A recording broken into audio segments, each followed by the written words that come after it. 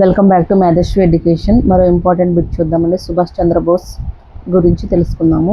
సుభాష్ చంద్రబోస్ స్వరాజ్య ఉద్యమకారుడు, విప్లవవాద జాతీయవాది. ఇతడు రాస్ బిహారీ బోస్ సహకారంతో బర్మా, అండమాన్లో భారత జాతీయ సైన్యాన్ని ఐఎన్ఏని ఏర్పాటు చేశాడు. ఐఎన్ఏ 60,000కు పైగా సైనికులు ఉండేవారు. ఈ పోరాటంలో జపాన్ అతడికి సహాయం చేసింది. 1943 అక్టోబర్ 21న సింగపూర్ స్వతంత్ర భారత ఆజాద్ హింద్ తాత్కాలిక ప్రభుత్వాన్ని ఏర్పాటు చేశారు.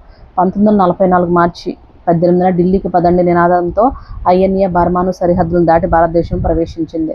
1944 మార్చిలోనే కోహిమాలో భారత జెండాను ఎగరవేశారు. అయితే యుద్ధ పరిస్థితులు మారి 1944-45 శీతాకాలంలో బ్రిటన్ ప్రతిఘటన దిగటంతో రెండో ప్రపంచ యుద్ధంలో అంతిమంగా జపాన్ ఓడిపోవడంతో ఐఎన్ఏ ఉద్యమం కుప్పకూలింది. బ్యాంకాక్ నుండి టోక్యోకి 1945 ఆగస్టు 23న విమాన ప్రయాణం చేస్తుండగా జరిగిన ప్రమాదంలో సుభాష్ చంద్రబోస్ చనిపోయాడని చెబుతారు.